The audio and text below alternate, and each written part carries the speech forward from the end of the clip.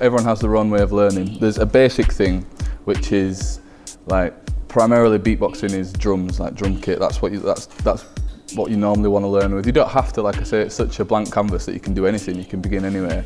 But the way to do it is like bass drum, hi-hat and snare, which is just basically, that's how I do them. There's different ways of all different noises, but it's those three sounds. Not even the hi-hat necessarily, just the, and that's how you create a beat. That's the basis of any beat. If you listen to more or less any type of music, it's all got a or a. They're the two sounds that like give the beat like the backbone. So that's how you practice. You start with them and then just move on. But like I say, there's no like specific way. They can go online and they can learn beatboxing really quick. Like the people that have only been doing it like not even that, like a year, and they can go. But then I think learning it so quick and having all those resources, you can almost compensate with like clarity and like your own style and originality and all those sort of things. So there's different ways of going about it, but it's definitely changed since I was 15 to now, and I'm 25 this year.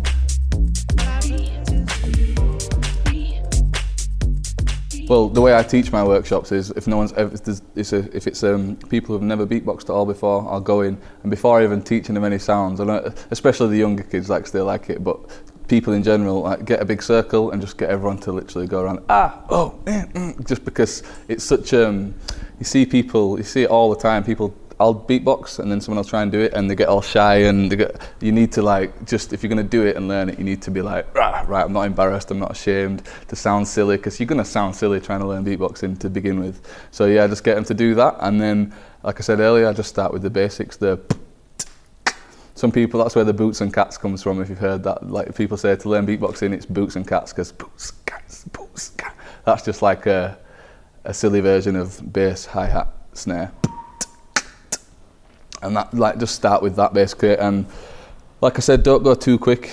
Like when I was learning beatboxing myself, because I didn't have all these resources, I had to like take it slow almost. I didn't know I was doing, but I'd spend years even like perfecting one sound.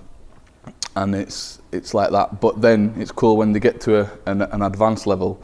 Then there's so many ways you can go with it. Like I taught a workshop on Sunday at Ball-Zee Arts Centre in London, and the kids there at the Beatbox Academy have been doing it for, some have been doing it for quite a few years.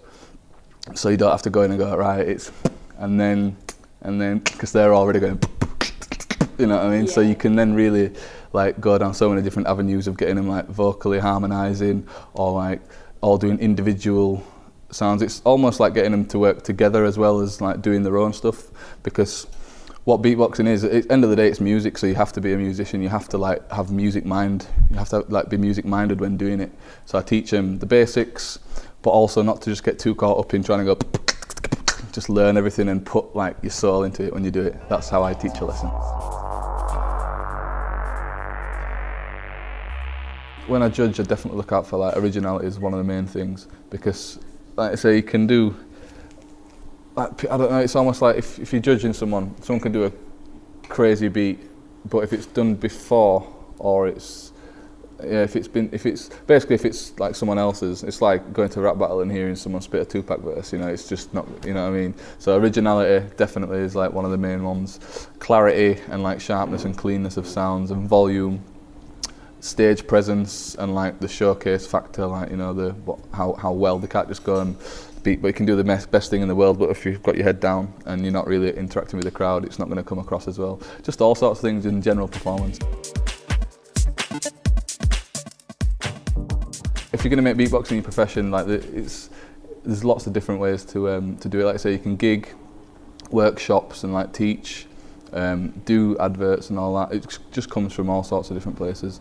It can be hard at times, it's like freelance, like anything. If you have to like keep your work rate up and like keep doing good things and like still network, no matter how like big you get. You need to like work twice as hard. It just comes from a lot of things, like I say, and I'm sure there's lots of other markets that I haven't tapped into yet that I can like make more of a living off.